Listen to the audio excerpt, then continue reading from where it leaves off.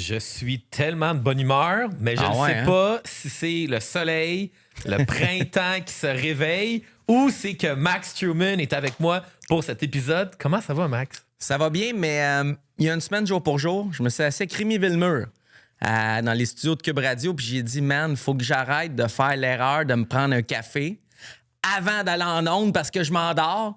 Puis là, ouais, c'est vrai, fais-le plus, tu sais, le café de trop dans une journée, mais je viens de le prendre. Fait que ça se peut, je parle vite. Je suis désolé, je parle déjà vite, mais là, je suis comme sur un.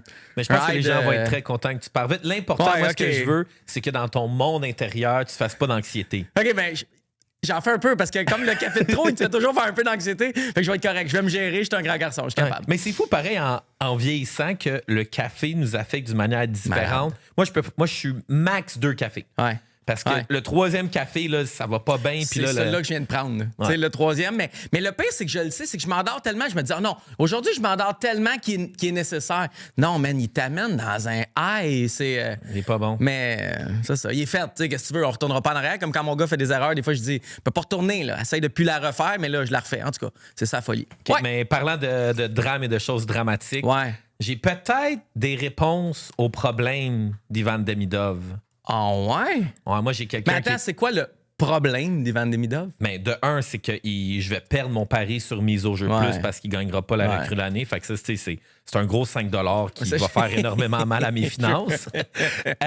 L'autre chose, c'est qu'on s'entend qu'il ne produit plus aux attentes qu'on voulait. T'sais, ça fait longtemps qu'il a marqué un but à 5 contre 5. Oh, et puis il a récolté quelques mentions d'aide, mais il ne marque plus. Bon, on s'attend à ce qu'il marque quand même une fois de temps en temps. Là. Au moins, il a marqué en tir de barrage. Mais ça, on va en reparler des tirs de barrage après. Ouais. Mais c'est que Demidov, en plus de ses bâtons Warrior qui n'arrêtaient pas de péter... Lui, il est nomme, tu sais. Non, mais on va dire les vraies affaires. Là. Salutations, Andy, je t'aime bien.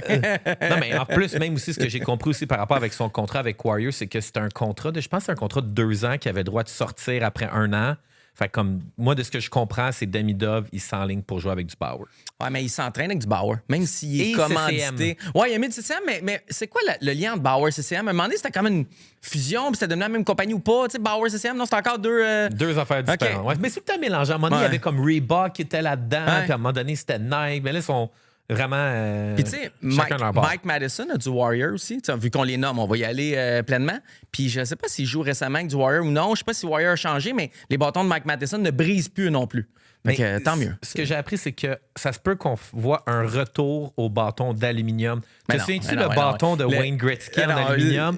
Mais ils vont construire de l'alliage. Ils vont mettre de l'alliage d'aluminium dans un bâton. Pour être plus solide. Tu sais, moi, des fois, quand je parle, on va dire les joueurs veulent des bâtons plus légers. Là. Ouais.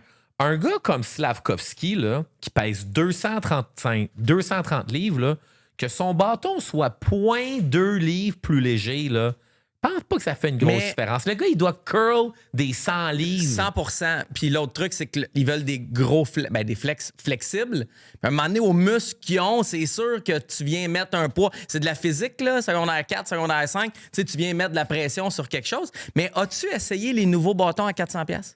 Oui, moi, je joue avec un Bauer Flylight, gracieuseté de mon boy JP Réappel chez Sport Campus à Verdun. Et je peux vous confirmer une affaire. Même si tu joues avec un bâton à 400$, tu marques pas plus. Je marque pas plus, puis je manque des open net. Mais as-tu de la misère à passer d'un bâton? Moi, j'ai tout le temps joué avec des bâtons à 100$. Tu sais, de 80, 75, 120. Tu sais, c'était ça ma game. Puis récemment, on a joué avec mes jeunes à l'école secondaire. Puis il y avait un bâton d'un prof, un bâton de 300-400$ qui traînait. J'ai l'impression d'avoir rien. Tu sais, tu fais un déjou, puis t'as l'impression que le bâton va trop haut tellement qu'il est léger. C'est à l'inverse. Si ces joueurs-là jouent avec ces bâtons-là depuis 10 ans, ils veulent continuer de jouer avec ce poids-là. Ils veulent pas rien changer. Fait que je pense que c'est comme une bad habit.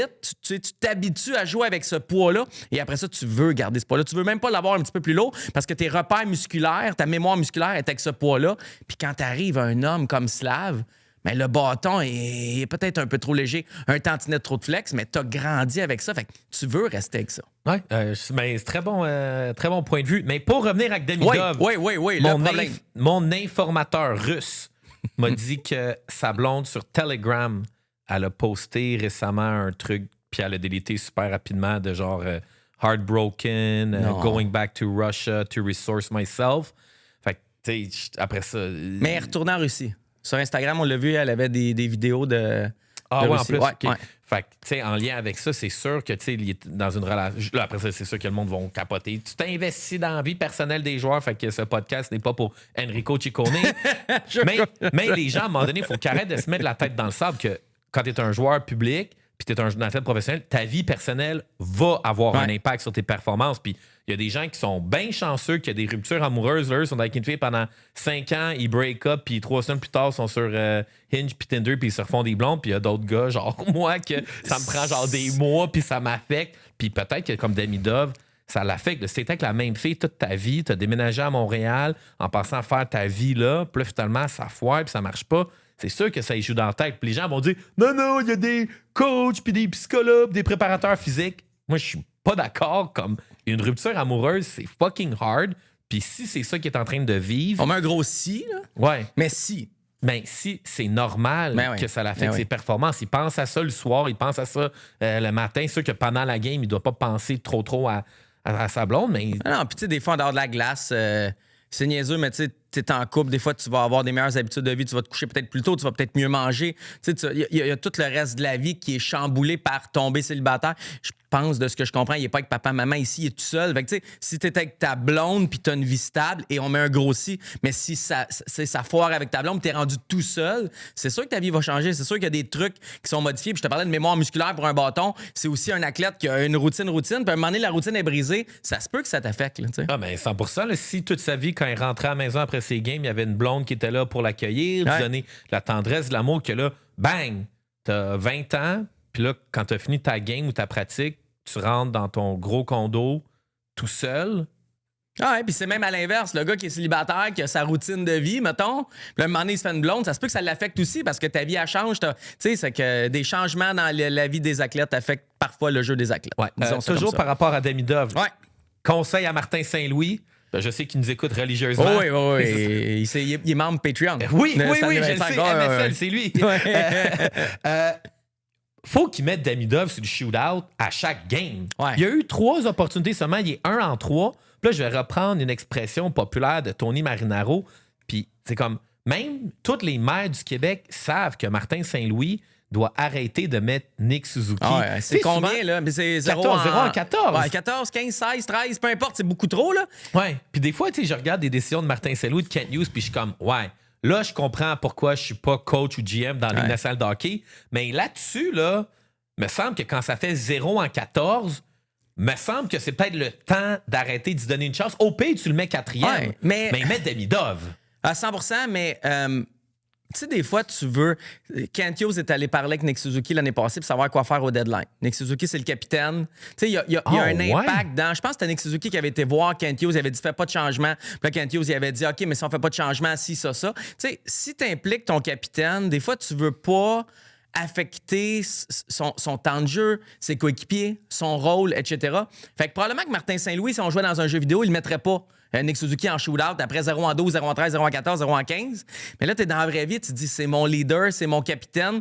Est-ce que je vais l'affecter négativement si je ne l'envoie pas? Qu'est-ce que ça va changer dans notre relation? Puis des fois, tu prends des décisions qui ne sont pas strictement sportives. Je dis pas que c'est nécessairement ça, mais je pense que ça joue un rôle dans la réflexion de Martin Saint-Louis. Là.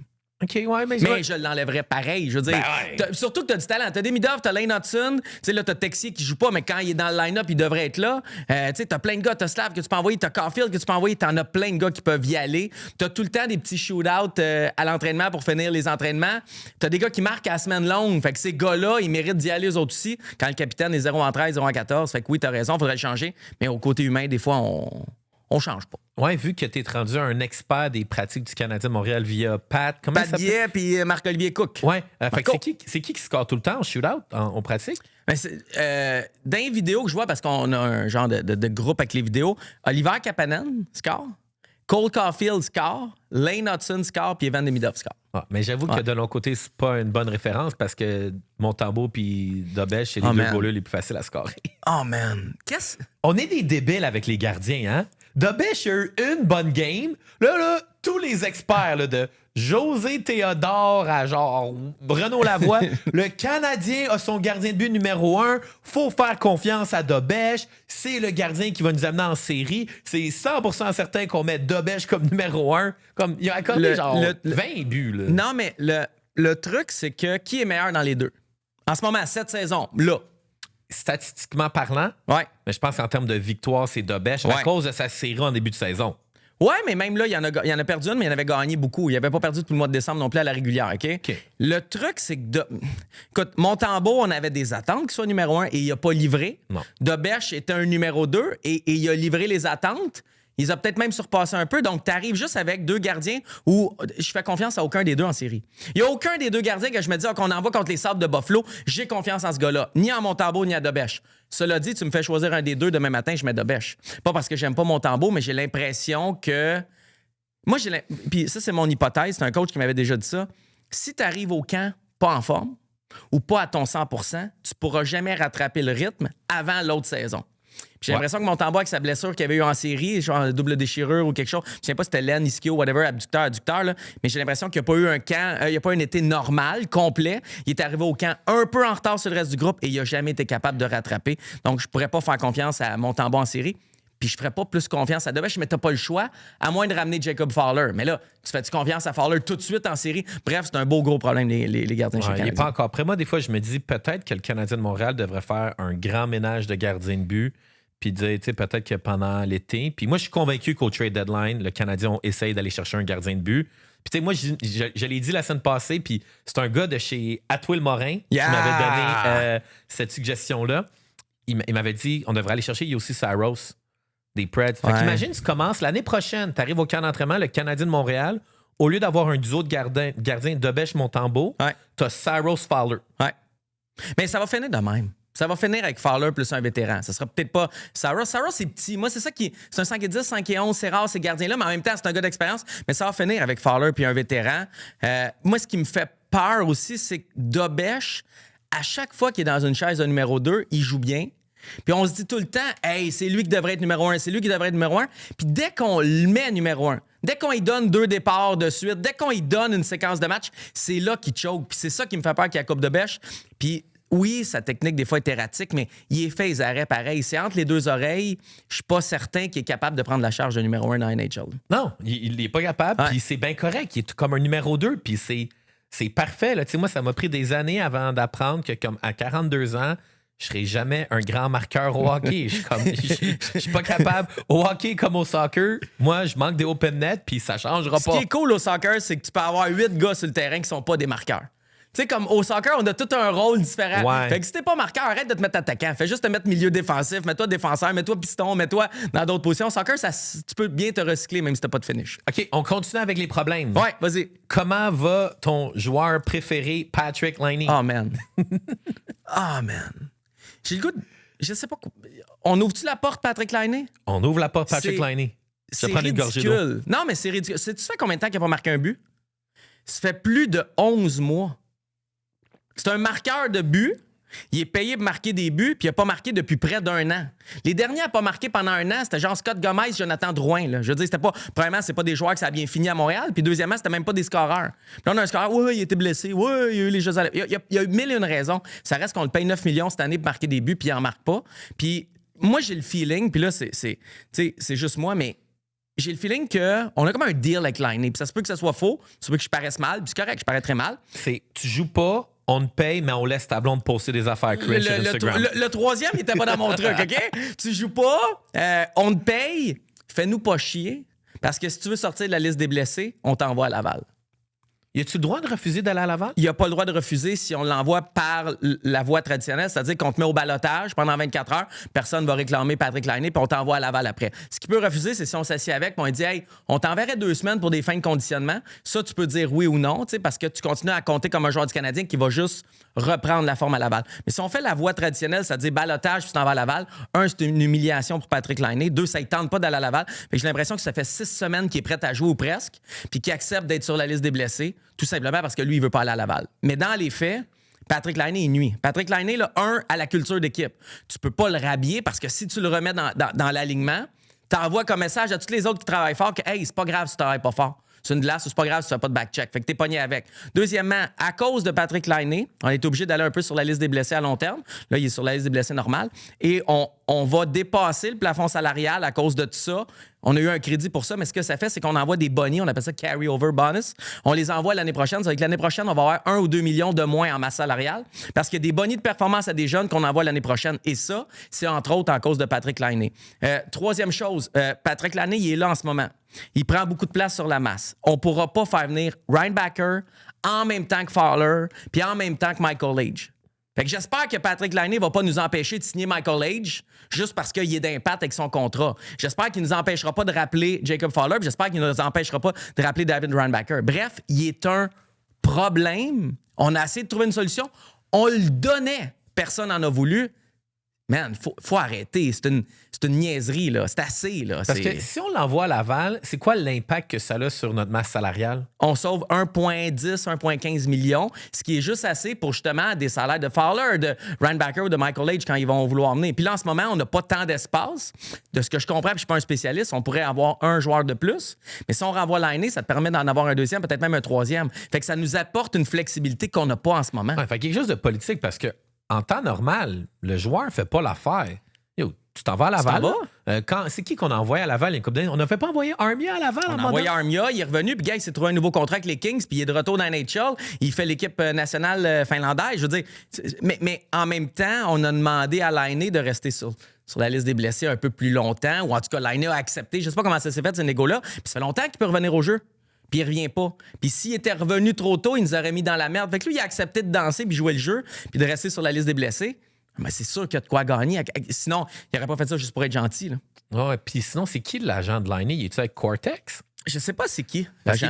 Il doit avoir un deal d'agent à quelque part. Il y a comme quelque chose de politique parce que normalement, un joueur qui fait pas l'affaire, qui a été blessé, c'est comme yo, va-t'en à Laval, puis hey, on s'entend-tu, là, déménager à Laval, c'est pas un traumatisme. Non, tu restes chez vous puis tu t'en vas jouer devant 10 000 personnes pareil. Là, tu t'en vas pas dans un vieil aréna comme certains autres clubs de la Ligue américaine. Quelqu'un m'a dit ce matin, avant d'arriver, parce que j'ai fouillé un peu sur Laine, il pourrait être encore échangé, hein, même si la date limite des transactions est terminée. Il pourrait être échangé à une équipe. C'est juste que cette équipe-là ne pourrait pas l'utiliser en série. C'est le seul changement. Tu peux encore faire des transactions, mais le joueur échangé peut juste pas jouer en série. Fait qu'on pourrait l'échanger, exemple. Je te donne un exemple, on pourrait le donner aux Maple Leafs avec un choix de 2. Puis les Maple Leafs, rien, là, tu sais. Puis les Maple Leafs accepteraient de prendre l'année pour finir la saison vu qu'ils ne feront pas les séries. Puis nous, ça nous coûterait un choix de 2. Mais qu'est-ce qu'on gagne? Est-ce qu'on a besoin de ça pour appeler Fowler, Reinbacher, Age? Tu sais, je sais pas, mais il pourrait être encore échangé. L'autre truc, c'est sorti cette semaine, je pense que c'est dans The Athletic. Laine a un boni de 2 millions à la fin du mois. Fait que c'est sûr qu'une autre. Hey, t'as bien travaillé, Patrick, on va te donner 2 millions de plus. Il va se faire il va avoir un wire transfer de 2 millions US dans son compte de banque. Pour rien faire. Imagine que ton partenaire de vie se fait wire 2 millions, puis tout ce que toi tu vis dans ta tête, c'est je fais de l'anxiété à savoir où est-ce que je vais vivre au 1er avril ou au 1er mai. C'est tellement d'argent, 2 millions US, c'est 3 Canadiens, mettons, grosso modo. Ouais. La plupart du monde ne gagne même pas ça dans leur vie en entier. Ouais, je sais, c'est où? C'est fou raide. Mais en tout cas, fait que quand on le donnait, on l'offrait gratuitement. Ce boni-là aurait dérangé quelques équipes qui étaient peut-être prêtes à le prendre pour nous aider, mais ce boni-là était mal placé. Peut-être qu'il pourrait être échangé au début avril là, pour 2 games, juste le libérer puis lui donner une chance parce que Laine, d'après moi, il veut jouer quelques games pour prouver qu'il mérite un nouveau contrat. Il va être joueur autonome sans restriction l'été prochain. Fait que lui, peut-être, ça pourrait l'aider. S'il peut pas jouer ici, il aimerait peut-être ça jouer ailleurs, on pourrait peut-être être gentil. L'autre truc, parce que Laine, j'en ai beaucoup à dire, désolé.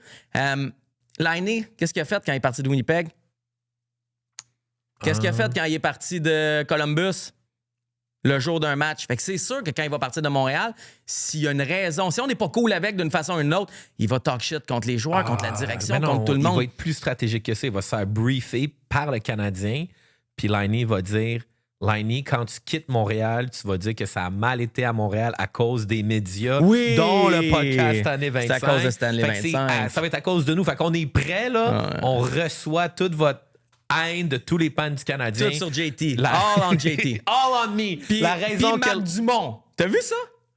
Ah oui, c'est vrai. Il a commenté un quote de Marc Dumont au Sick Podcast qui disait qu'il était pas bon. Puis il a liké, puis après ça, il écrit How's your game? Puis, man, fais pas ça. Ah, je sais. Fais pas ça.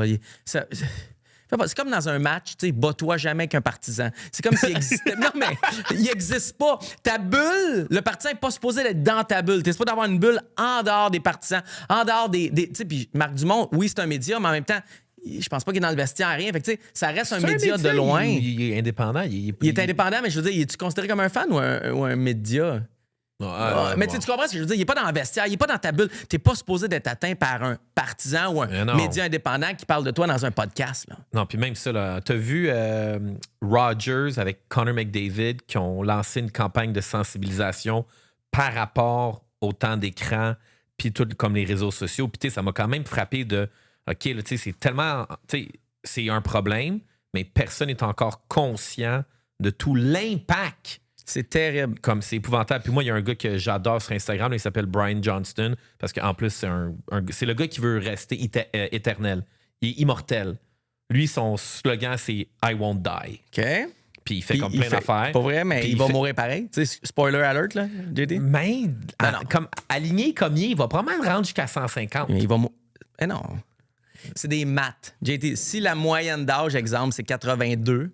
il peut pas doubler la moyenne d'âge. C'est un écart type. Il peut se rendre plus loin que les autres. Là, mettons 104 au lieu de 95. Là. Écoute, on s'en parle dans 100 ans. OK, oui. Parce que toi puis moi aussi, on est immortels. Ouais, mais tout ça pour dire que lui, cette semaine, il a sorti son étude sur l'impact des écrans.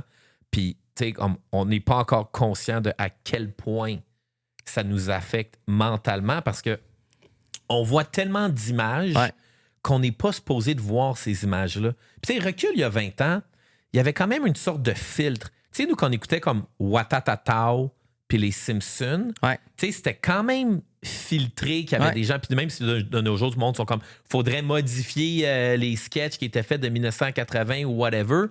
Hey, la quantité de contenu raciste, violent, sexiste, misogyne, des fois, je suis comme, man, genre, je voulais pas voir ce vidéo-là. Je suis comme, pourquoi l'algorithme vient de me pousser ça? C'est trop violent, mais ça, c'est toutes des images qui nous marquent puis qui rentrent dans notre tête. Tu te souviens quand l'État islamique est devenu comme big, là, on savait pas c'était qui, puis là, il était devenu big. À un moment donné, il avait pris un pilote d'avion, il l'avait mis dans une cage, puis il avait allumé le feu dans la cage, tu sais. Oh puis, shit. Moi, je m'en souviens, c'est ça. Mais moi, je m'en souviens parce que je savais qu'il y avait ça, je savais que c'était disponible et je me demandais si j'allais le voir ou pas. J'ai décidé d'aller le voir et j'ai regretté. Puis je t'en parle encore 10 ans, 15 ans plus tard parce que ça m'a marqué. Maintenant, je ne fais plus cette erreur-là. Je l'ai faite une fois. Puis tu sais, tout le monde qui ont ces jobs-là de regarder ça dans ceux qui censurent un peu certains médias, ceux qui sont dans la police, qui ont besoin de regarder ces trucs-là, à la cour, peu importe, on devrait jamais, tu sais, ça prend des formations pour voir ces images-là. Il faut savoir expulser ça, il faut savoir dealer avec ça. Là, n'importe qui peut voir n'importe quoi anytime. En même temps, l'autre revers, c'est qu'est-ce qu'on censure puis qu'est-ce qu'on censure pas. Et où la ligne? Parce que si on censure trop, moi, je suis pas un gars de censure. Pas du tout, du tout. Fait que, tu sais, il faut justifier chaque chose qu'on censure. Fait que la ligne est où? C'est tough, man. Ouais, mais définitivement, je crois que les athlètes professionnels, moi, je le vois de plus en plus, ils vont avoir soit besoin des formations ou de plus être là-dessus. Autant que pendant longtemps, j'étais comme les joueurs devraient être sur les réseaux sociaux, faire du contenu. Là, c'est que ça les fuck trop. Tu sais que Patrick Laine, ça veut dire qu'il tombe dans un rabbit hole d'aller fouiller sur Internet pour voir qu'est-ce que le monde dit sur lui. C'est super destructeur pour sa santé mentale. Là. Je vais te raconter comment fonctionne le cerveau de Patrick Laine qui a des troubles anxieux généralisés. Il y en a beaucoup qui ont ça. Vous reconnaissez peut-être en écoutant le podcast.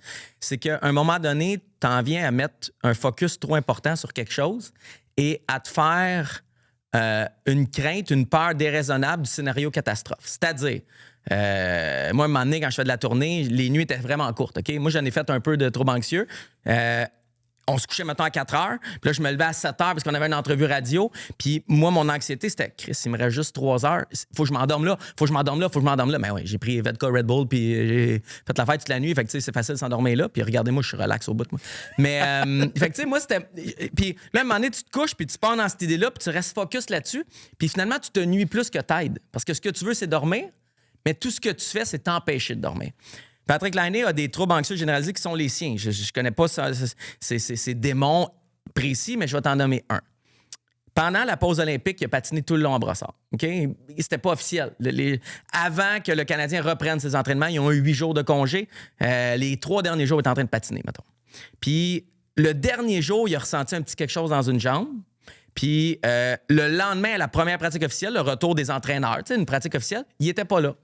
Puis le Canadien est blessé, évaluation quotidienne, tu sais, puis il n'y a pas d'inquiétude. Puis c'est à partir de ce moment-là, moi, j'ai posé des questions. Et ce qu'on m'a dit, c'est il a ressenti un petit quelque chose. Il est allé voir les thérapeutes. Les thérapeutes, ils ont fait des tests. Tu sais, il y a des examens qu'on fait avec les mouvements. Puis ils ont dit, ah non, t'as rien, c'est beau. Il est parti, pas capable. Il est allé voir le docteur, le Canadien. Il a dit, non, j'ai mal. Non. Là, ils l'ont checké. Ils ont dit, t'es correct, t'as rien. Tu vas être correct pour demain à la pratique. Pas capable. Son trouble anxieux généralisé faisait qu'il continuait de réfléchir à la douleur qu'il a. Puis lui, il se disait non, ils savent pas de ce qu'ils parlent. Non. Mais Chris, ils ont fait faire un IRM le lendemain. Puis il a fallu qu'il lise les résultats de l'IRM, que c'était écrit petite inflammation, t'as rien. Et il est retourné patiner le lendemain. Il avait besoin de ça. Son trouble anxieux allait jusque-là. Fait que c'est sûr que quand il part sur les réseaux sociaux, il va y aller. Il sera pas capable de laisser ça loin. Il va y aller, il va aller fouiller. C'est ça, Patrick Laine. Puis c'est comme une. Tu sais, je veux dire, je suis pas en train de rabaisser tout ce qui est trouble mental ou santé mentale, etc. C'est ça sa réalité. Ça explique la personne qui est. Puis des fois, il part dans des sphères. Puis ce que ça a comme conséquence, c'est qu'on nous dira pas « Ah, Patrick Laine a un trouble anxieux généralisé en ce moment. » On va nous dire qu'il y a un virus. On va nous dire qu'il y a telle affaire. Mais il y a des moments d'anxiété plus que quelqu'un de normal. Puis ça y nuit malheureusement dans sa vie, dans sa job de joueur de hockey professionnel. Ouais. T'en veux-tu une drôle sur Laine? Oui, vas-y, ta dernière. Après ça, c'était pas drôle. Après ça, on va des affaires positives. OK. Laine, juste à dire comment il est weirdo. Là. Puis je l'aime bien. Je suis tanné de le voir à Montréal. Il nuit, mais je déteste pas le gars. Puis ça a déjà été un bon joueur de hockey. Mais il nous faut un bouc émissaire à Montréal. On a eu Scott Gomez pendant des années. Là, c'est Patrick Laine. Puis l'année prochaine, ça va être... Sam Montembeault, mettons. Si Laine était parti au deadline, ce serait Sam Montembeault. Tout le monde a tout le temps besoin d'un bouc émissaire. Il est allé manger dans un restaurant italien, puis il a pris des tortellini. Il est allé au Pancini? Oui, c'est ça. À Repentigny. Puis il a pris des tortellini, puis il a demandé s'il était au veau ou au fromage, parce qu'il ne mange pas de produits laitiers de fromage. Fait que le serveur, il a dit, ils sont au veau. Ah, cool, merci, je vais prendre des tortellini. Je suis content qu'il n'y ait pas de produits laitiers dedans, content qu'il n'y ait pas de fromage. Fait que quand il est arrivé avec les tortellini 15 minutes après, le serveur, il dit parmesan? Ah, ouais. C'est juste un weirdo. C'est pas grave, t'as le droit de prendre. Je m'en fous, mais tu sais, tu prends pas de tortellini au fromage, mais tu prends du parmesan si t'es tortellini au veau, mais en tout cas, peu importe. C'est ça, Patrick Laine. C'est tout. Est-ce que t'es aussi excité et énervé et en amour avec Juraj Slafkovský? Que toi? Ouais. Là, t'es dans quelle vibe, dans quel moment de ta relation t'es avec Juraj? J'ai hâte que le Canadien de Montréal sorte un nouveau jersey alternate match spécial pour acheter le gilet de Slav. T'es dans ton high là, de je suis quasiment prêt à aller à Winnipeg l'année prochaine dans la ville la plus plate du monde, me geler le derrière pour aller voir la game juste pour acheter le chandail de Slav. Ouais. Puis tu lis son blog. Tu savais qu'il y a un blog, hein? Sur le site de la NHL? Ouais, il y a un blog. Il explique pas grand-chose. Il n'y a pas grand scope, mais c'est quand même le fun. Non, il a sorti ça. C'est un matin ou hier que j'ai vu ça. Je me souviens pas c'est quoi, mais c'était intéressant. Voilà, je trouve ça cool. OK, ouais. Ah, tu vois, je l'aime encore plus. Hey, Slav qui veut devenir blogueur. Ah ouais. Hey, on est pareil. C'était écœurant, man. JT Slav. Non, mais c'est cool. Tu sais, je veux dire, il était des meilleurs joueurs aux Jeux olympiques. Hey, puis les NHLers étaient là. C'est énorme. C'est comme si on le réalise pas tant qu'on est comme, hey, il a été le top 5 de tous les meilleurs. Aux Jeux olympiques, sur une grosse pression, gros stage, tu sais. Le truc qui est... Le bémol avec Slav, puis c'est que là, il revient des Jeux, puis on l'a vu être top, puis là, on a des attentes, puis il commence, puis il te fait 2-3 matchs de marde. Voilà, contre les Kings de Los Angeles. Non, mais là, il a été écœurant. Il a été parfait, mais je veux dire, il est encore capable du meilleur comme du pire. Puis quand il réalise à quel point il est grand, il est gros, il est capable de protéger le puck, puis il a un bon tir, c'est un des meilleurs ailiers gros format de toute la Ligue nationale de hockey. Mais un peu comme Dobèche, à un moment donné, on est comme « OK, oui, on le réalise ». C'est à ce moment-là qu'il peut nous décevoir encore parce qu'il est jeune. Faut pas l'oublier. Ça fait pas si longtemps que ça qu'il est NHL puis qu'il est first pick overall. Mais oui, comme samedi dernier, c'était top 10 de la LNH. Il est insane. Est-ce que Martin Saint-Louis le laisse sur le premier trio? Est-ce que là on a donné la chance à d'autres joueurs. Est-ce qu'on fait juste prendre une décision que le premier trio du Canadien, c'est Caulfield, Suzuki, Slav, puis that's what it is. Puis les autres joueurs, mais comme battez-vous pour votre spot sur le deuxième trio, mais... Ça devrait être ça, mais on n'a pas assez de profondeur encore. Il manque un gars, mettons un Matthew Nice. Mettons. mais ça va marcher tant qu'on va gagner. Puis quand on va reperdre ou qu'on va avoir de la misère, il va renvoyer Slav sur le deuxième trio. Je pense que c'est le move à faire. Parce que les coachs, des fois, sont whack. C'est comme, ça va pas bien, je vais changer mon 12e attaquant contre mon 13e, puis je vais changer mon 6e défenseur qui joue 7 minutes contre Strobel qui joue pas. Ça change rien. Fait que, tu sais, c'est j'aime pas les tortellini, mais je mange du parmesan. C'est comme la même affaire. C'est pas ça, c'est pas la base. Mais là, ton affaire de Matthew Nice, là, tu m'en as parlé tantôt. Ouais. Tantôt, Cédric m'a appelé pour me parler de ça aussi. C'est-tu vrai? C'est-tu pas vrai? Moi, vu-tu mon analyse du trade deadline de Kent Hughes? Vas-y. Kent Hughes, là, il comprend la game des médias. Là. Ça, t'as raison. Puis à mon avis, là, Kent Hughes, là, il doit se réveiller un matin, là, puis il doit se dire, qu'est-ce que je peux envoyer dans le marché montréalais, là, pour que les gens ils parlent de tout ça pendant que le vrai problème est là. C'est comme au début du camp d'entraînement. Là. Patrick Laine, là, y en a-tu des conférences de presse sur à quel point Patrick Laine il est beau, puis grand, puis majestueux? Ça faisait son affaire, ça. Moi, je pense que comme Ken Hughes se réveillait un matin, là, hier matin, il s'est dit, hey, tu sais quoi? Hey, qui que j'ai envie de gosser? Puis là, il s'est dit, tu sais quoi? Brad Traveling, là, les Maple Leafs de Toronto, là, il me gosse, là. Moi, juste leaker ça à quelqu'un, puis moi, juste dire le nom de Matthew Nice, juste pour fuck around. J'ai comme l'impression que c'est un gars qui fait ça. Dans une série Netflix, ça serait écœurant. Puis tu le vois, le genre Succession, puis tu vois le gars qui manipule. Mais moi, je pense plus que c'est une erreur de Kent Hughes quand il s'est pointé devant les médias après 1h20 d'attente, 1h30 d'attente au deadline vendredi. Il était arrivé en retard, puis devant les médias, on dirait que il y avait la déception de ne pas avoir conclu le deal qu'il voulait conclure. Il n'y avait rien à annoncer, rien il a fait 0 transaction. Puis je pense que ça a été une erreur de trop parler. Parce que pour justifier l'attente, puis pour justifier le fait qu'il n'y a pas de transaction, il a comme dit qu'on avait quelque chose de gros, puis ça s'est pas fait. On espère que ça va se faire cet été. Et là, qu'est-ce que tu fais? T'allumes tout le monde. Depuis vendredi, le nombre de textos que j'ai reçus, le nombre d'appels, le nombre de commentaires sur les réseaux sociaux, sur danslescoulisses.com, tout le monde cherchait ça. Puis dimanche et hier surtout, tout le monde s'est mis à s'appeler, puis tout le monde avait le même nom. C'était Matthew Nice. Puis, tu sais, c'est Nick Kupiros qui l'a sorti, mais j'ai parlé à au moins 5 personnes à Montréal qui avaient le même nom. Puis la réflexion qu'on avait tous, puis il y a des médias traditionnels, il y a des médias indépendants comme moi, moins traditionnels, c'était si on sort le nom, ça risque de faire chier le trade. Fait que, en tant que partisan, j'aimerais ça que ça marche. Je l'aime, Matthew Nice. 2, si le trade chie, ça va être facile de dire que je sors de la boîte puis que j'invente puis que je dis n'importe quoi. Fait que, tu sais, puis mettons, le Canadien peut nier puis d'autres vont nier, les journalistes qui parlent beaucoup aux Canadiens. Fait que moi, j'ai décidé de pas le sortir, pas parce que je voulais protéger le Canadien ou parce que j'avais pas de couilles. C'est juste, je trouvais que c'était un lose-lose. Si je le sors pas, je perds. Si je le sors, je perds aussi parce que ça arrivera pas puis quelqu'un va nier puis, tu sais, ça répète mon Gérard Galland à moi, là. Tu comprends? Puis, tu sais, c'est un lose-lose. Fait que je l'ai pas sorti puis il y en a d'autres qui pensaient un peu comme ça. C'est-tu vrai? Ce qu'on évaluait quand on se parlait, les gens, c'était peut-être 80%. La crédibilité des personnes qui sont arrivées avec ce nom-là au début, puis moi, c'était quelqu'un d'autre que, mettons, un autre journaliste, c'était trop solide que ça soit du vent. Mais après ça, c'est Matthew Nice, man. À quel point Brad Traveling, il nono. Moi, je trouve que c'est un des pires GM de la Ligue. Même quand j'ai regardé le trade qu'ils ont tradé Nicolas Roy, au final, tu dis, t'as perdu Marner. Ils ont un cookie pour Nicolas Roy. Rien, un choix de 2. Un choix de 1 conditionnel de l'Avalanche. De l'Avalanche. Je veux dire, c'est un choix de 2. Exactement. Non, puis tu sais, ça, c'est l'autre affaire. Pourquoi le trade a échoué? Il y en a qui disent que c'est parce qu'il est rentré en retard à la centrale de recrutement. Il y en a qui disent que c'est parce que la LNH l'a refusé pour une raison que j'ignore. Je ne suis pas dans l'inconspiration, rien. Puis il y en a qui disent que c'est parce que les Maple Leafs, les proprios, ont mis un veto comme « Hey, man, ce DG-là, il sera même plus là bientôt. On peut pas y laisser faire ce trade-là. » Fait que si c'est ça... le DG sera pas le même l'été prochain. Fait que le trade, il marchera pas. Là. Le trade, il n'a pas marché là. Il marchera peut-être pas l'été prochain non plus. Parce que Traveling, ça fait combien d'années qu'il est avec les Leafs? Ça fait une couple, là. Je sais pas.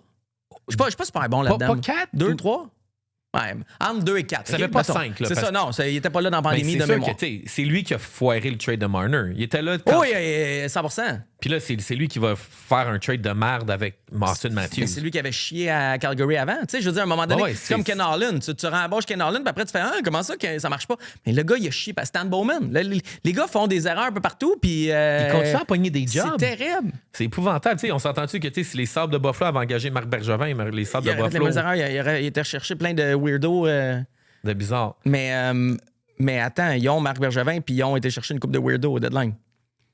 Ouais, puis ils se sont fait dire mais non. il est adjoint DG. Mais peu importe. Ouais. C'est la même affaire. Les gars qui font des erreurs à une place, ils vont les refaire à gauche, à droite. On reviendra, c'est ça. Mais Matthew Nice, ça serait vraiment un bon joueur. Mais ils ne feront pas ça. C'est comme leur meilleur up-and-comer. Demande-moi qui sont les gars que j'ai entendus du Canadien qui partiraient? Mais quelqu'un m'a dit que Arber Xhekaj a été offert à toutes les équipes. Ouais, j'ai la même info. De ce que je comprends, il n'était pas là-dedans. Okay. Mais il est peut-être là-dedans pareil, ou il partait. Mais oui, j'ai la même info que toi. Mais on s'entend que comme je peux te dire les joueurs qui n'ont pas été offerts. C'est certain que des Michael Hage, c'est un intouchable. Puis je pense que la raison... Michael Hage, c'est un intouchable, sauf si tu vas chercher un top. Puis je pense pas que Matthew Knies est à ce niveau top. Il est bon, mais je pense pas qu'il est assez bon pour que Hage parte. Mais si on avait pu avoir, j'exagère, mais Crosby encore, on aurait donné Michael Hage fort probablement. Ouais, peut-être. Il y a un certain niveau où on était prête, mais pas pour Matthew Knies. Continue. Qui tu penses? Ben, tu sais, comme Caulfield, Suzuki, Slav, ça bougera pas. 100%. Matheson, ça bougera pas. 100%. Mais peut-être que Goulet, ça pourrait bouger. 100%. Kapanen, ça pourrait bouger. Ouais, je n'ai pas entendu parler, mais oui, il est pas... Mais Goulet, c'est un gars qu'on est... Puis là, c'est selon ce que j'entends. Ça se peut que ce soit pas vrai, ça se peut que vous aimiez pas ce que je vais dire, mais moi, j'entends ça d'oreilles crédibles, de bouche crédible, de mes oreilles crédibles, fait que je t'en reparle. Goulet, c'est un gars qu'on aime beaucoup, mais sa propension à se blesser nous fait peur.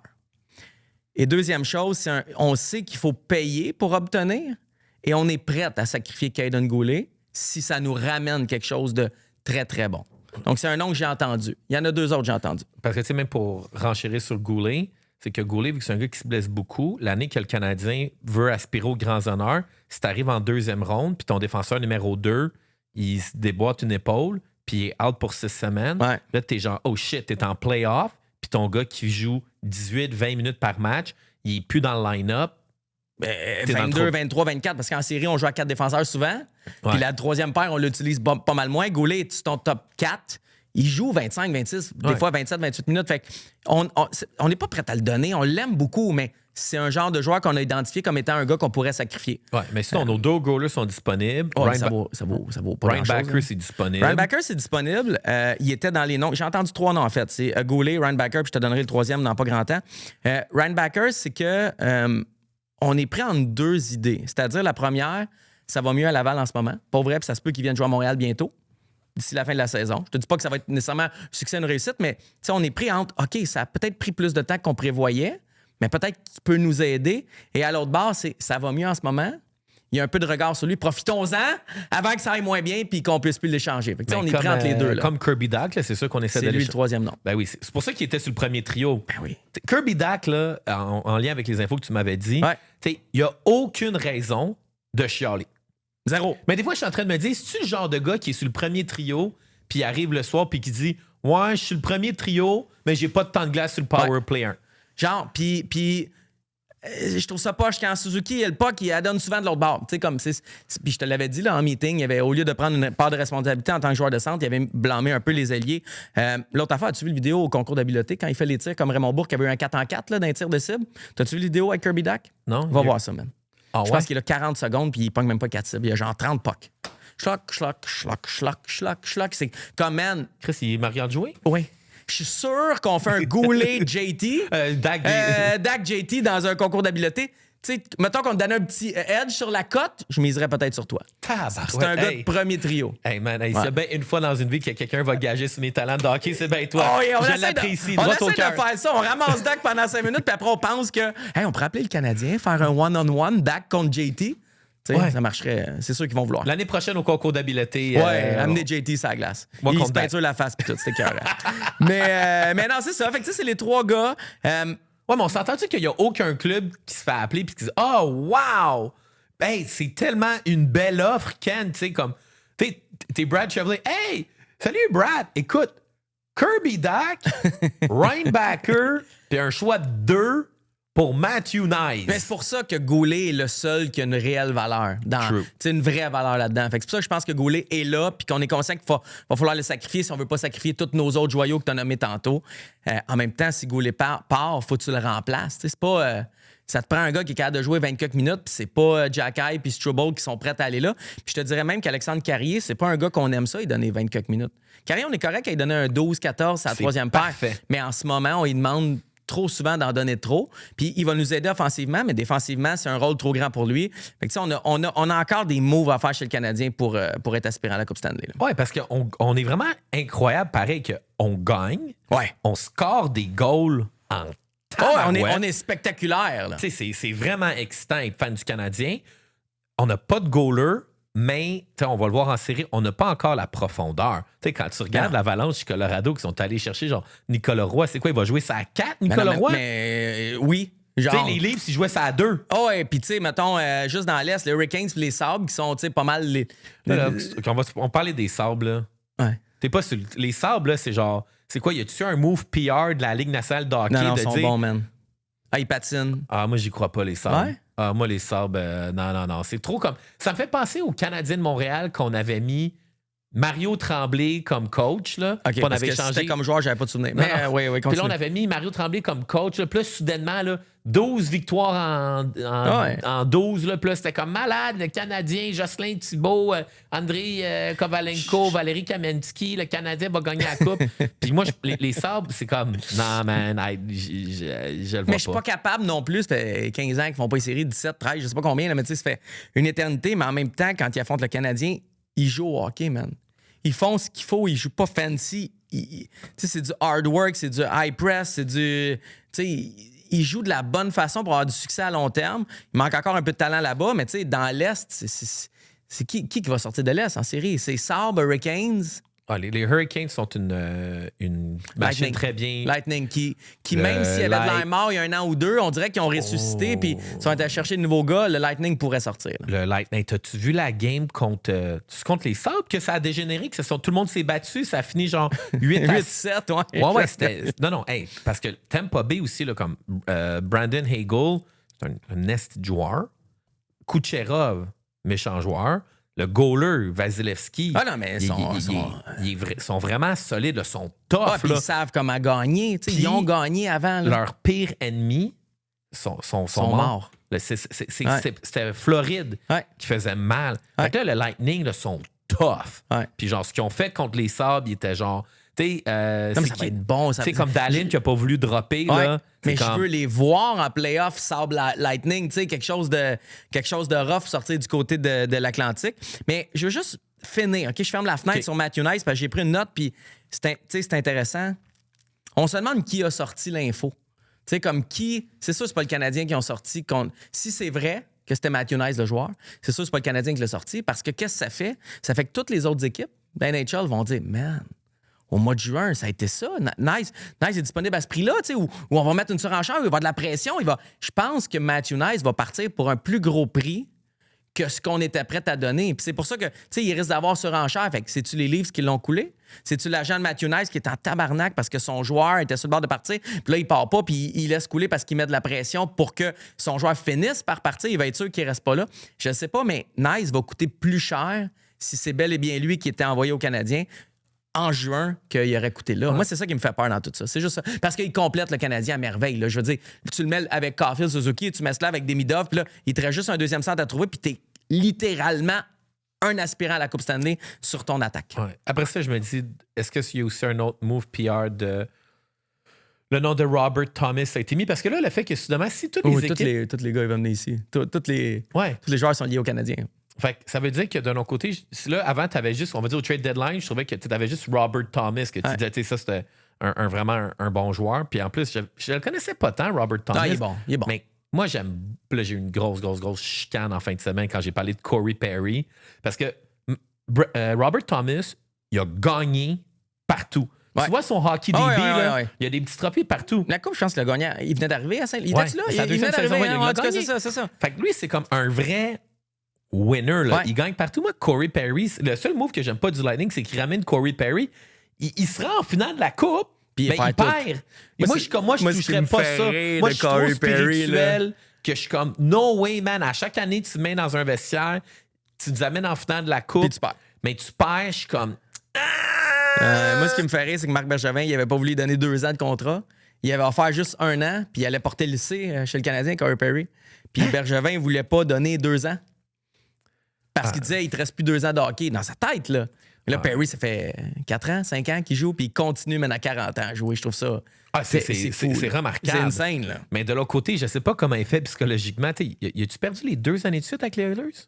L'année dernière, il était sorti avec... Il y a juste une année qu'il n'a pas perdu en finale. Fait qu'il prend toutes les dernières, Puis il a perdu en finale toutes les années sur film. Moi, en tout cas, j'avais mon argument avec un de mes chums. Il était comme, non, c'est un winner. Moi, je le prendrais. Moi, je suis comme, no way. Ouais. Moi, je sais pas. Je l'aime bien. Je suis conscient qu'il perd, là, mais des fois, je me dis que le passé, ça veut pas dire que ça s'est passé de même, que ça va se repasser de même. Ouais. Mais bon. Mais est-ce que le Canadien fait les séries? C'est drôle.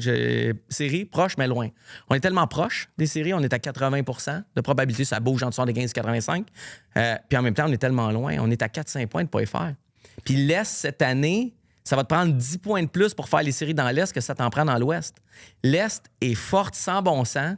Mais pas de temps, parce que le bas de classement est tellement faible. Exactement, on s'en fout, eux autres. C'est ça, je te dis, eux autres, on les oublie. Quand Colorado, puis Dallas, puis le Wild, ils affrontent les Canucks, Winnipeg, Calgary, sont comme...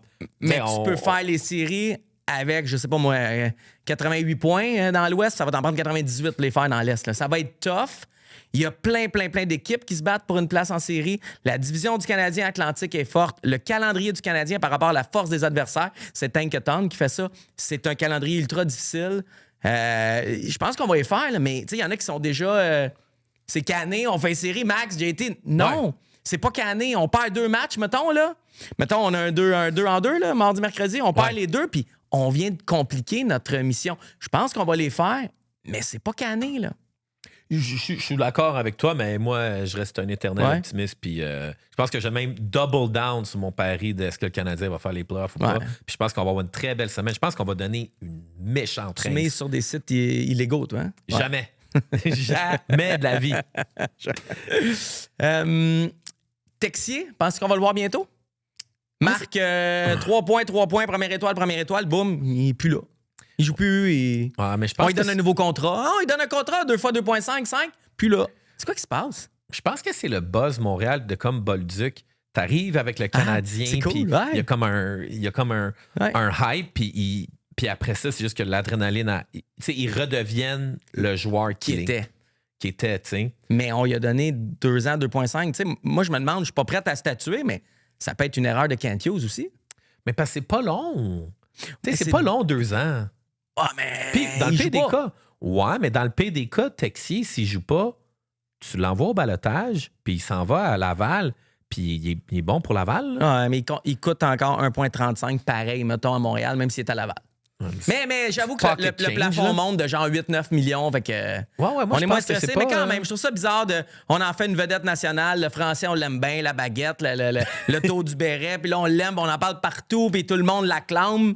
Puis il signe un contrat, puis il disparaît.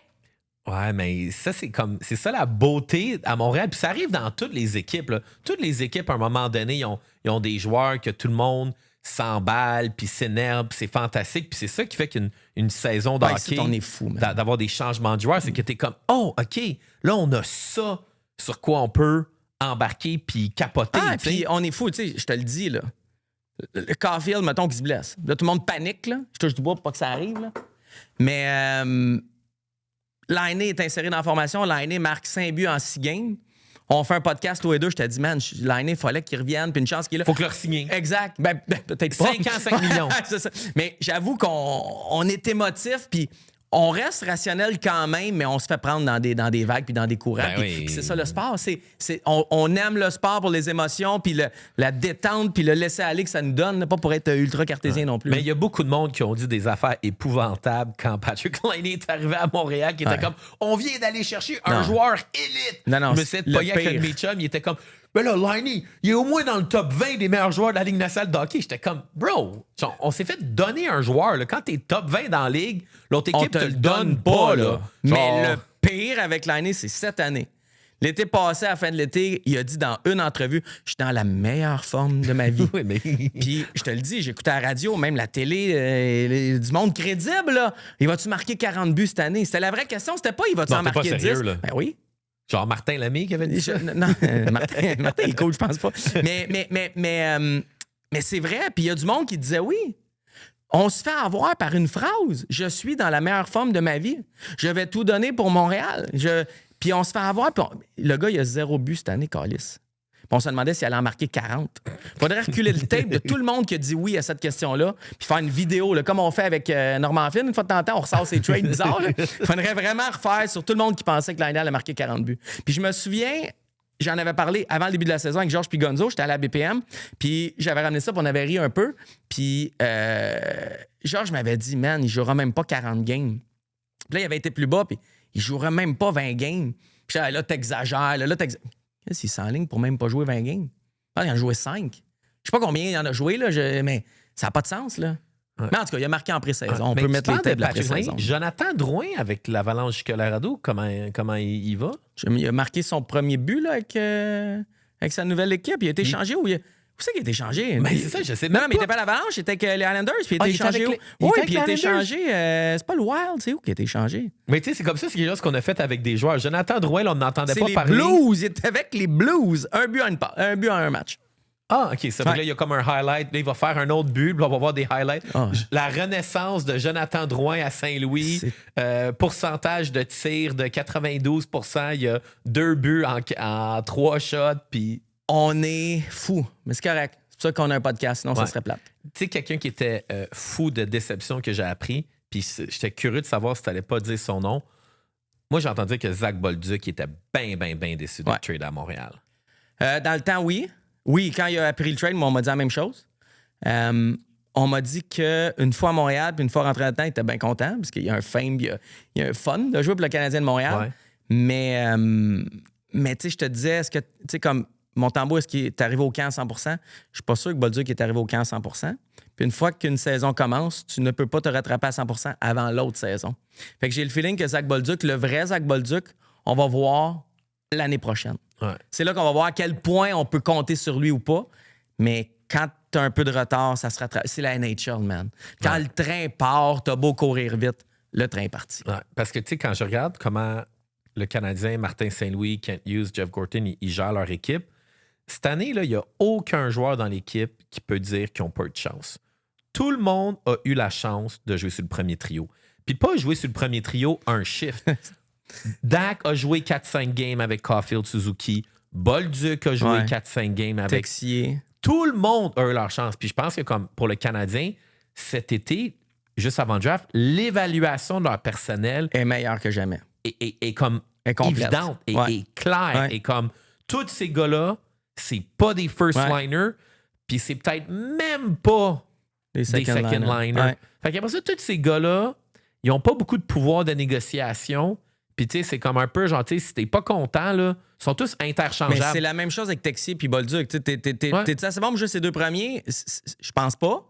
Peut-être, mais pas de façon régulière. OK, t'as-tu le style pour jouer sur nos 2 derniers trios, tu sais, défensif, hargneux, etc. Tu sais, à un moment donné, il faut que t'as ta chaise, là. Je veux dire, Martin Saint-Louis, tu sais, à un moment donné, t'as ta chaise. T'sais. Moi, je connais ma chaise, je suis bon en podcast, je suis un bon numéro 2 à la radio, mais je veux pas animer un show tout seul. Je connais ma chaise, j'aime pas ça. Je ferai pas un podcast tout seul, puis vous regardez dans les yeux, puis tu sais, c'est la même chose dans NHL. T'es-tu un gars offensif ou pas? T'es-tu un gars défensif? Tu sais, c'est ça qu'on est, tu sais. Ouais, shout out à Max Vanut, gars qui fait des podcasts tout seul. C'est terrible. Man, dude, man, tout le temps, man, tout seul avec sa cam, ses habillages graphiques, j'ai parlé. Un warrior. Incroyable. Puis il brise pas, là, bon.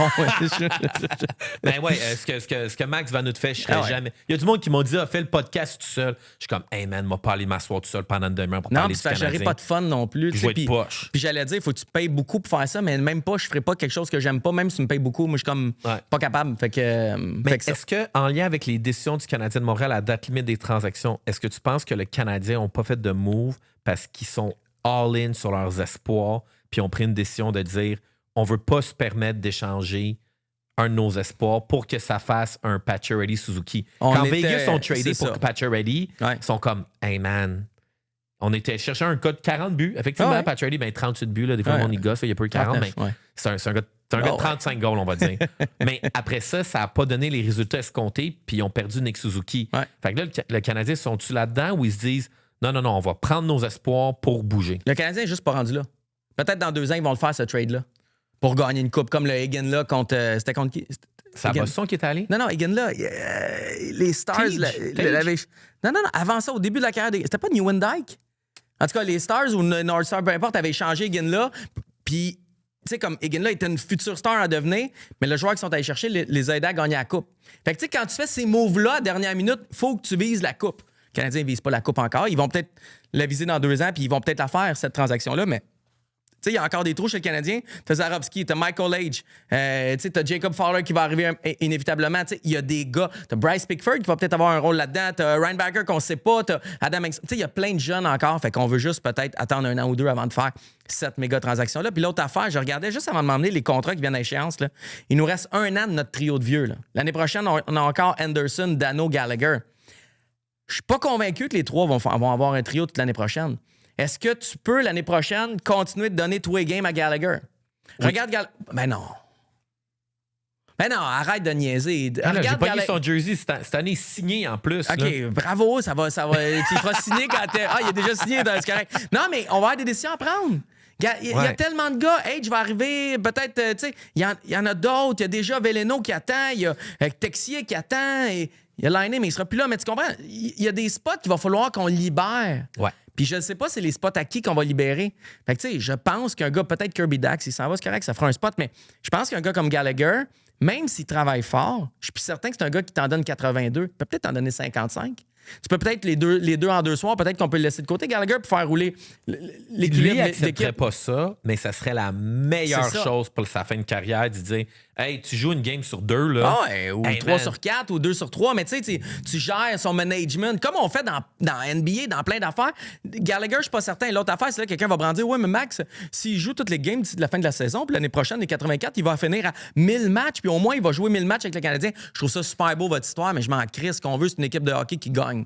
Je m'en fous du chiffre dans le tableur Excel. Là. Non, puis au pire, il va faire une saison de plus. Au pire, exact. On lui donnera 5 games, comme on l'a fait avec les Canettes. Là. Il y en a eu 2-3 games en début de saison, on a pogné son chiffre, bye, on déchire le contrat, il retourne en Tchéquie. J'allais dire République tchèque, mais c'est Tchéquie maintenant, ouais. Ouais, mais 100%. Je suis tout à fait d'accord avec toi. Mais en fait, c'est une excellente stratégie que ça serait un win-win. Hey, si Gallagher peut se recharger, battre un peu plus, il doit avoir mal. Mais non, mais c'est sûr qu'il a mal. Je te dis, l'été, quand ils font le 3v3, là, c'est pas Gallagher, mais je parlais à d'autres gars de la NHL. Les gars, l'été, ils jouent à hockey, etc. Dans l'Ouest, à côté de l'aéroport, puis man, tous les vétérans ont déjà mal partout. Ça se met du bombe, puis ça pop des ibuprofènes, puis ah ouais, là, tu sais, on est l'été, ils sont même pas... Puis ils sont là, man, j'avais être tough cette année, j'ai déjà mal. Les gars sont détruits, man. Ouais. Détruits. T'as-tu d'autres... ouais, juste avant de finir, petite levée montée de lait politique. Oh, vas-y. Faites ce que vous voulez avec ça. Au pire, coupez-là. Vous avez le temps. Là. 3, 2, 1, c'est coupé. Je nous trouve wack un peu comme société sportive, comme être humain, comme citoyen du monde, peu importe. On a quand même banni les Russes de la Coupe du monde, des Jeux olympiques, des championnats mondiaux juniors, parce que leur président, pas eux, mais leur président, a attaqué l'Ukraine. Là, le président américain a quand même attaqué l'Iran. Le Venezuela avant, mais l'Iran, ça continue. Ils ont tué le président, le Mollah. Là, je connais pas leur hiérarchie. Mais puis on les bannira pas de nulle part. La Coupe du monde va être aux États-Unis. Les Américains vont être là. Ils étaient aux Jeux olympiques. Ils vont être aux mondiaux juniors. Puis tout. Je nous trouve un peu, tu sais... Je te dis pas que je suis pour le bannissement des Russes, mais si tu bannis les Russes, faut que tu bannisses les Américains. Tu peux pas avoir un double standard quand tu es une organisation mondiale qui veut être respectable, respectée, etc. Fait que je veux pas qu'on bannisse les Américains. Mais ramenons les Russes dans le sport, au moins. Là. Parce que sinon, ça n'a pas de bon sens. Ça n'a aucun sens. Là. Parce que même moi, toutes les compétitions internationales, surtout le hockey, les Jeux olympiques, si t'as pas les Russes, t'as pas les meilleurs joueurs au monde. Ben non, c'est pas le best on best. Il te manque une nation. Ouais. Puis si tu brandis cette carte-là, ben, si t'es là pis t'as brandi, ben brandis l'autre des Américains aussi. Sinon, brandis rien. C'est juste, brandis-la pas juste quand ça fait ton affaire. Ouais, puis même les stances politiques, c'est comme si demain matin, c'est comme aux États-Unis, les gars qui ont voté pour Trump, qui mettent des casquettes MAGA, eux, ils peuvent jouer, mais ceux qui sont démocrates, vous pouvez pas jouer. Ouais, c'est ça. Ben, moi, mélangez pas la politique et le sport. Essayez le moins possible. Puis si vous le faites, soyez équitable ou fair ou je sais pas. Sujet épineux, moi j'ai closé là-dessus. On finit là-dessus, c'est le fun, les fins de podcast. Qui a été les pires? Les hommes blancs au match des Stingers contre les Carabins de hockey féminin. C'était quoi, non? Il y avait qui ont fait des pancartes qui ciblaient précisément des joueuses. Là. Genre, je me souviens plus du nom de la joueuse, mais genre Megan number 19, genre You Suck Balls, là, ou des affaires de même. Là, comme vraiment intense que tu dis, hey buddy, c'est une fille de genre 18-19 ans. Puis toi, t'es une gang de boys. Les Stingers, c'est universitaire, ils sont même pas payés. Ils sont même pas payés, c'est universitaire. Fait que des gars qui ont fait des pancartes de même, ou les jeunes maghrébins à Repentigny qui ont attaqué le vieux monsieur devant le dépanneur. C'est quoi le pire? Pour les pancartes, écoute, encore une fois, c'est pour être fait. Ça devrait jamais être fait, ces pancartes-là. Jamais, ni pour un gars, ni pour une fille. Mais... c'est glissant, mais comment je pourrais le dire? Parce que moi, mais les filles veulent être traitées comme les gars. Fait que si on approuve ça comme société pour les gars, il faut les approuver pour les filles aussi. Mais je ne l'approuve pas plus pour les gars ni pour les filles. Ouais. Fait qu'à un moment donné, le sexe de l'athlète, ça n'a pas rapport. C'est comme vos pancartes pleines de haine, gardez-les ailleurs. Peu importe si c'est du hockey féminin ou masculin. Pour ce qui se passe dans mon coin, j'ai juste le goût de dire hey man, vous êtes où depuis 5-10 ans? Les écoles ont changé. Puis c'est pas juste une question de culture, que ce soit noir, maghrébine, québécois, peu importe. C'est juste une question de notre jeunesse. Notre jeunesse a changé. Les comportements de nos jeunes ont changé. Puis ça me fait toujours rire ou pleurer de voir les gens se réveiller, comme là, on est en mars 2026, puis être outrés de ça. Vous avez raison, mais guys, c'est trop souvent comme ça. On a un problème avec nos jeunes, on a un problème dans nos écoles, puis... Tu sais, je fais des liens avec nous, mais tu sais, je coach des jeunes, puis je sais que ça empêche certains jeunes d'aller vers ça, puis ils ont des amis qui vont vers ça, puis ils ont des amis qui viennent voir les games, puis qui se comportent pas de la bonne façon, parce que nos games sont à l'école, tu sais, ils ont accès à ça, puis ils veulent aider, mais finalement, ils encouragent comme des fous. Mais mon truc, c'est juste, c'est comme, vous êtes 10 ans en retard si vous offusquez de ça, là, faut qu'on agisse vite pour ramener notre jeunesse dans le droit chemin, parce que c'est comme ça. Je suis zéro surpris. Là. Je te donne un exemple à notre école secondaire. Le midi, il y a eu une semaine où tout le monde se rassemblait à côté des gyms puis ils arrachaient les photos des équipes sportives des années précédentes. Pas parce qu'ils sont fâchés, juste parce qu'il y a un mouvement de meute. Puis on y va en gang puis tout. Fait que, tu sais, des tableaux sportifs qui ont été arrachés, tu sais. C'est un détail. C'est pas grave. C'est pas comme l'autre qui a reçu des coups, mais c'est juste, notre jeunesse, elle est là. Il faut qu'on fasse des efforts pour se rapprocher d'eux, pour y faire comprendre que, je sais pas, mais... Ils ont arraché les photos de leur propre école? Ouais, l'année 2022, 2023, et puis là, mettons. Pour aucune raison. Puis c'est même pas méchant, c'est juste... C'est un mouvement de foule, t'es envahi par le groupe, puis là, tu fais... Tu sais, cette personne-là qui est arrivée de quoi au dépanneur, là, les images dont tu parles, si elle est tout seule, un mardi midi, pendant un relâche, elle fait pas ça, là. C'est le groupe, man. On veut...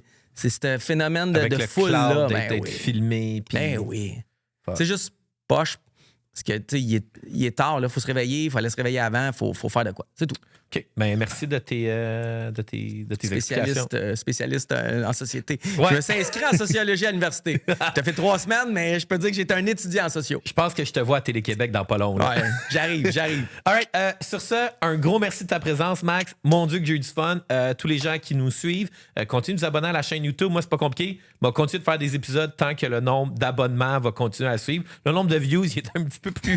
Je m'ennuie de mes 40 000 views que je faisais avec Max puis Georges. Mais on est quand même une petite communauté. Puis je suis bien content de vous avoir. Puis merci de vos commentaires constructifs puis positifs. Puis continuez à vous abonner à la chaîne YouTube Stanley 25 Podcast. C'est celle avec le logo noir et blanc.